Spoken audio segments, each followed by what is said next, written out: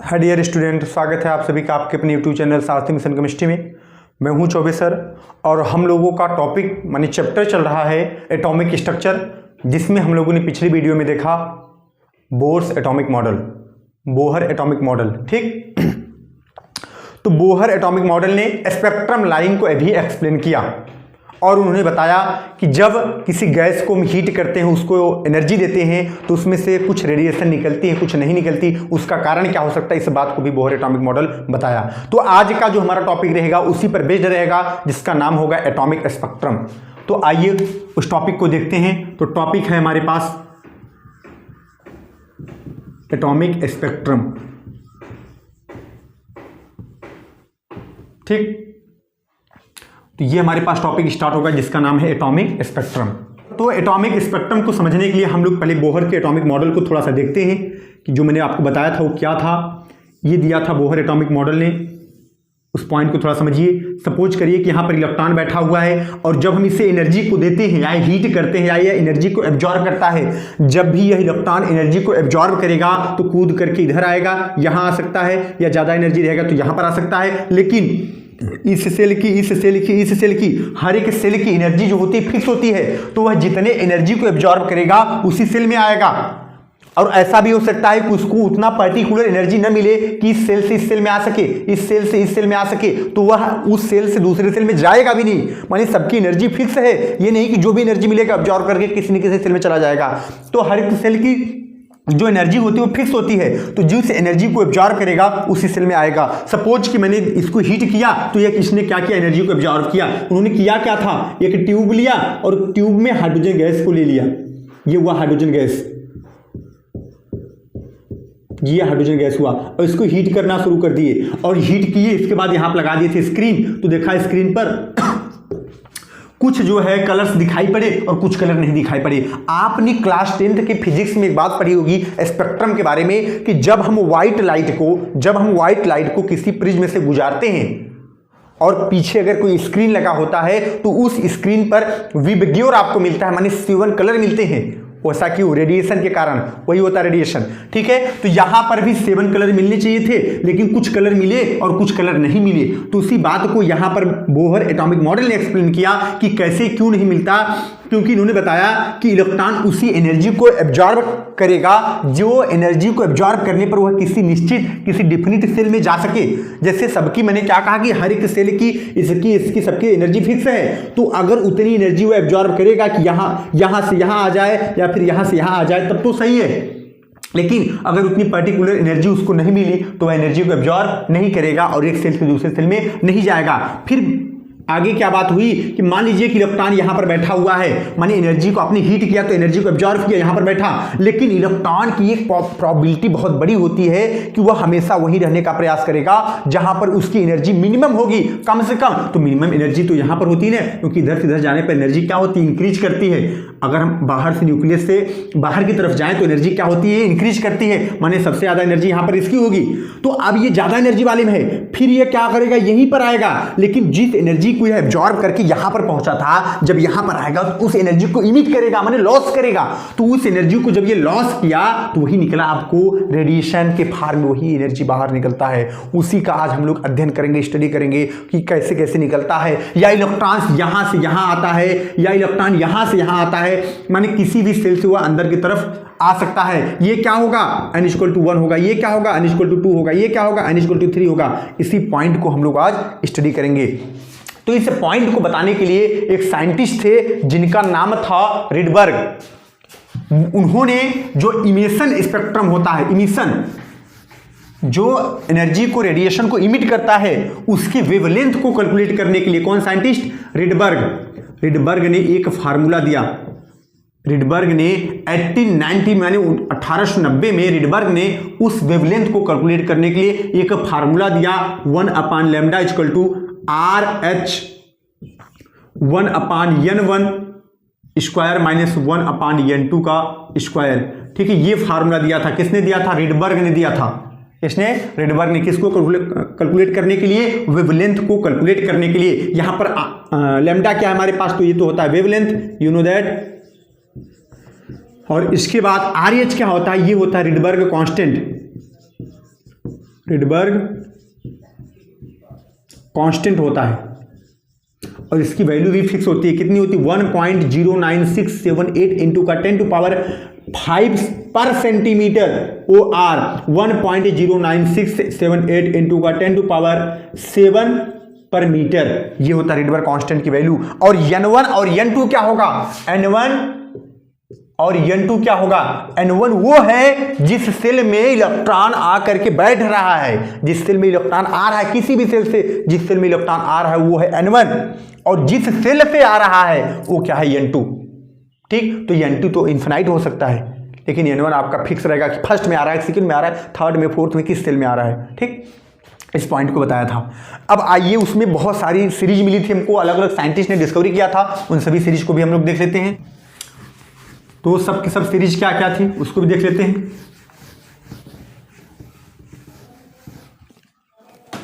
तो अब इसको मैंने कैसे समझा आपको। सपोज करिए कि मैंने ये एक लाइन लिया, ये N1 है, ये N2 है, ये N3 है, ये N4 है, ये N5 है, ये N6 है, ये N7 है। ऐसे से करके हम चले जाते हैं। n = 1, n = 2, n = 3, n = 4, n = 5, n = 6, n = 7। ठीक, ये हमारे पास रखा गया। अगर इलेक्ट्रॉन, ये समझिए आप, यहां पर पहले मैं आइटम बना देता हूं, ये देखिए n = 1, 2, 3, 4, ऐसे बनेगा ना। n = 1, n = 2, n = 3, n = 4। तो इलेक्ट्रॉन कहीं पर भी हो सकता है। सपोज करिए इलेक्ट्रॉन यहां पर है, यहां चला गया 1 में जाएगा ना, तो क्या करेगा? एनर्जी को इमिट करेगा, रेडिएशन, उसका वेवलेंथ हम लोग निकालेंगे। ठीक है, तो इलेक्ट्रॉन कहीं से भी आया, लेकिन कहां आया? फर्स्ट में आ गया। कहां पर आ गया?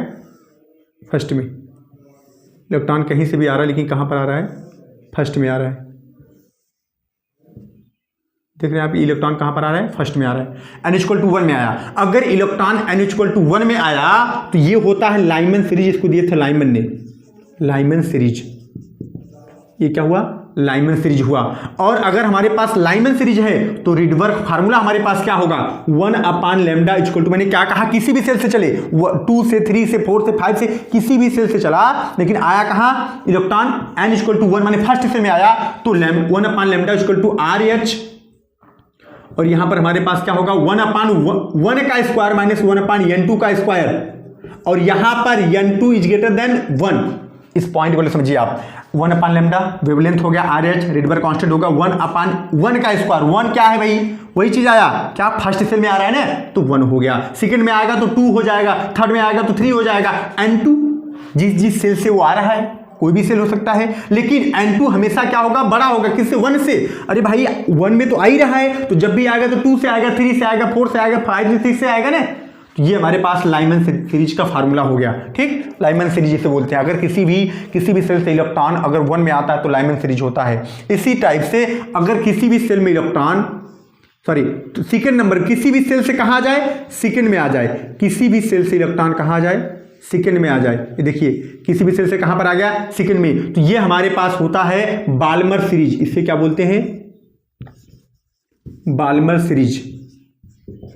इसे बोलते हैं बाल्मर सीरीज। और इसके लिए फार्मूला क्या होगा? 1/λ = क्या हो जाएगा? RH। बताइए आप लोग क्या होगा? 1/ किसका स्क्वायर? जब फर्स्ट में आया तो 1 का स्क्वायर, तो यहां पर क्या हो जाएगा? 2 का स्क्वायर माइनस 1/N2 का स्क्वायर। यहां पर भी क्या होगा? N2 > 2। अब N2 जो है, जो ये वाला N2 है, ये हमेशा क्या होगा? 2 से बड़ा होगा, माने 3 से आएगा, 4 से आएगा, 5 से आएगा, किसी भी सेल से आ सकता है। तो हमने क्या सीखा? 2 सीरीज हमने पढ़ा, एक लाइमन सीरीज और एक किसको पढ़ा? Balmer series. अब हमारे पास आते हैं तीसरा सीरीज, वो है ब्रैकेट सीरीज। तीसरा पॉस्चन सीरीज। तो तीसरा कौन सा सीरीज पढ़ेंगे आप लोग? हम लोग पॉस्चन सीरीज। ठीक है, उसको रहने देते हैं, मिटाई देते हैं, क्या करेगा। चलिए, तो अब कहां पर आए इलेक्ट्रॉन्स? फर्स्ट में आया तो कौन सीरीज? ब्रैकेट, सॉरी, फर्स्ट में आया तो लाइमन, सेकंड में आया तो ब्रैकेट, सॉरी बाल्मर, थर्ड में आएगा तो पॉस्चन।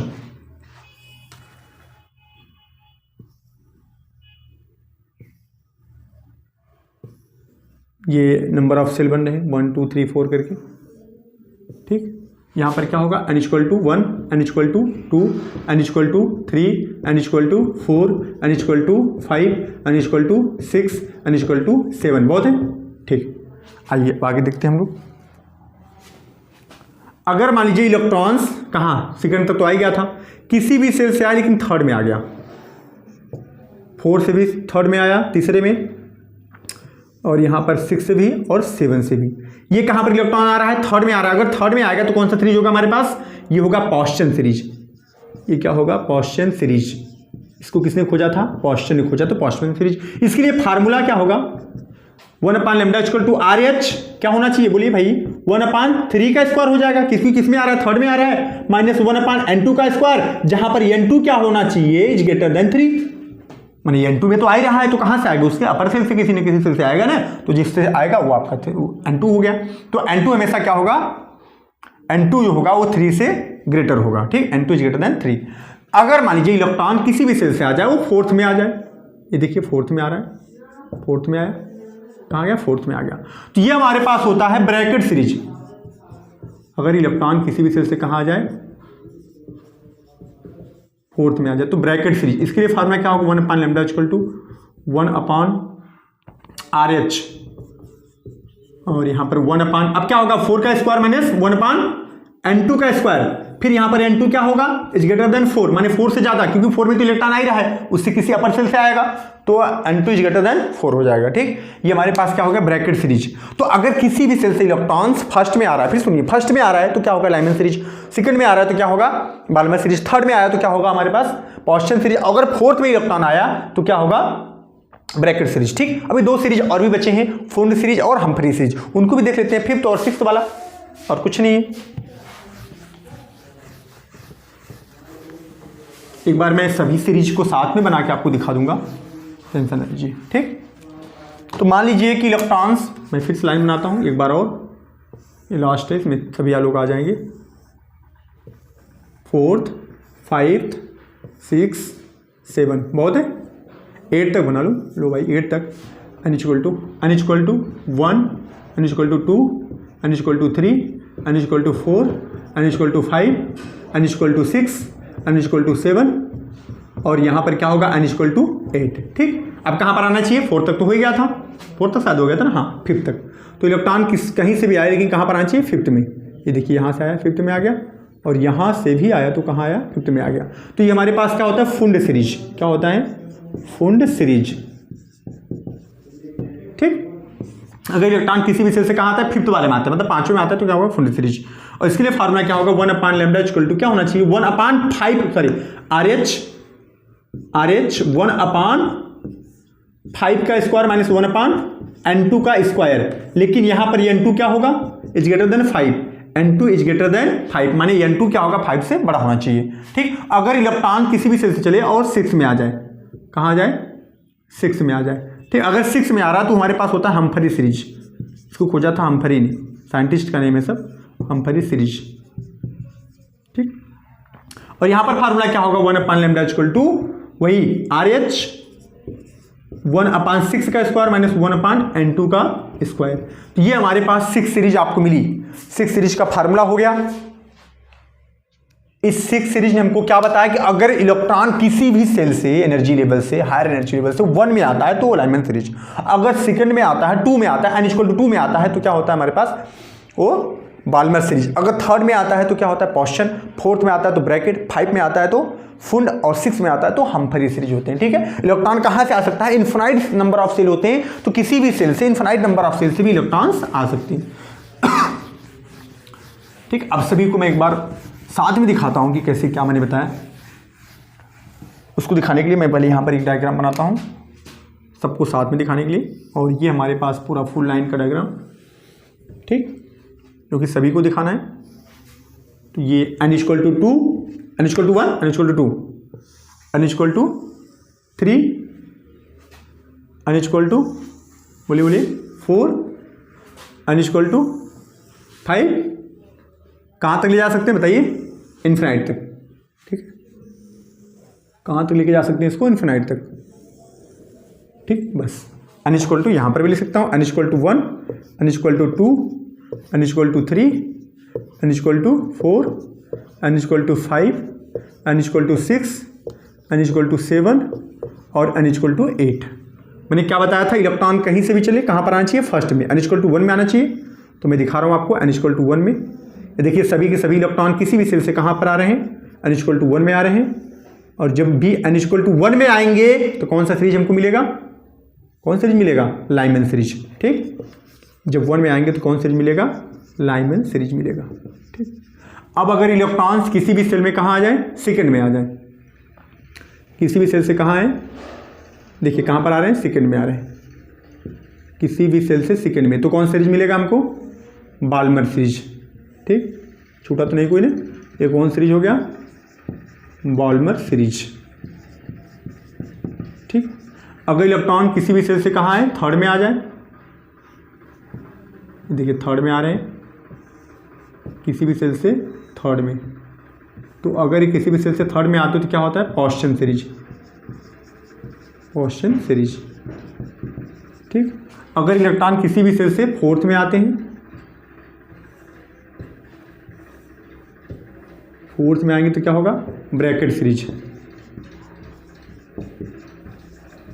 Brackett series.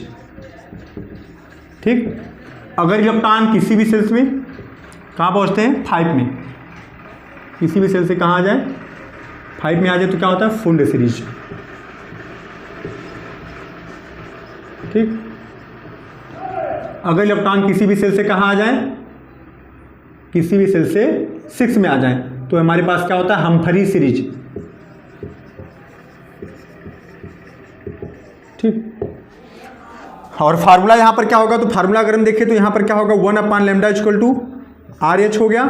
ठीक, यहाँ पर 1/1 का स्क्वायर माइनस 1/N2 का स्क्वायर। ठीक, और लेकिन यहाँ पर N2 का स्क्वायर, सॉरी, तो यहाँ पर क्या होगा बेटा, यहाँ पर N2 जो होगा, सॉरी N2 जो होगा इज ग्रेटर देन 1, इसके लिए यहाँ पर क्या होगा, 1/λ इक्वल टू RH 1/2 का स्क्वायर माइनस 1/N2 का स्क्वायर। ठीक, लेकिन यहाँ पर भी N2 क्या होना चाहिए हमारे पास, इज ग्रेटर देन 2 होना चाहिए। यहाँ पर क्या होगा, 1/λ इक्वल टू RH और इसके बाद 1/3 का स्क्वायर माइनस 1/N2 का स्क्वायर, लेकिन N2 यहाँ पर कितना होना चाहिए, इज ग्रेटर देन 3। ठीक, यहाँ पर क्या होगा, 1/λ इक्वल टू RH 1/4 का स्क्वायर माइनस 1/N2 का स्क्वायर, ये किसके लिए, ब्रैकेट के लिए है। तो यहाँ पर क्या होगा, N2 इज ग्रेटर देन 4। इसी प्रकार आपका फुंड का और 5 का भी हो जाएगा, यहाँ पर 5 हो जाएगा और 6 हो जाएगा। फार्मूला मैंने पहले पीछे भी लिख ही दिया था। ठीक है, तो ये सारे सीरीज हो गए हमारे एटॉमिक स्पेक्ट्रम के जो भी टॉपिक थे कि इलेक्ट्रॉन्स कहीं से भी चलता है, अगर फर्स्ट सेल में आता है तो हमारे पास लाइमन सीरीज होता है, इलेक्ट्रॉन कहीं से भी चले, अगर सेकेंड सेल में आया तो बाल्मर सीरीज होता है, इलेक्ट्रॉन अगर थर्ड सेल में आता है तो उसे क्या बोलते हैं, पॉस्चन सीरीज, अगर फोर्थ में आता है तो ब्रैकेट सीरीज, और अगर फिफ्थ में आता है तो फुंड सीरीज, और अगर सिक्स में आता है तो हम्फरी सीरीज बोलते हैं। तो ये हमारा हो गया पूरा एटॉमिक स्पेक्ट्रम का जो सीरीज दिया था, जिन जिन साइंटिस्ट ने कि किस नंबर ऑफ सेल में इलेक्ट्रॉन जा रहा है उसकी बेस पर डिस्कवरी किए थे, वो सभी मैंने दे दिया। और इन सभी का फार्मूला, इस सभी फार्मूले को किसने दिया था, रिडबर्ग ने दिया था 1890 में। और इसमें जो है वेवलेंथ और रिडबर्ग कांस्टेंट की वैल्यू होती है, वो सब मैंने बताया आपको कैसे निकालना है। उम्मीद करते हैं कि आप सभी को लेक्चर्स पसंद आया होगा, समझ में भी आया होगा पूरे टॉपिक्स। अब हम मिलेंगे नेक्स्ट वीडियो में। Thank you so much.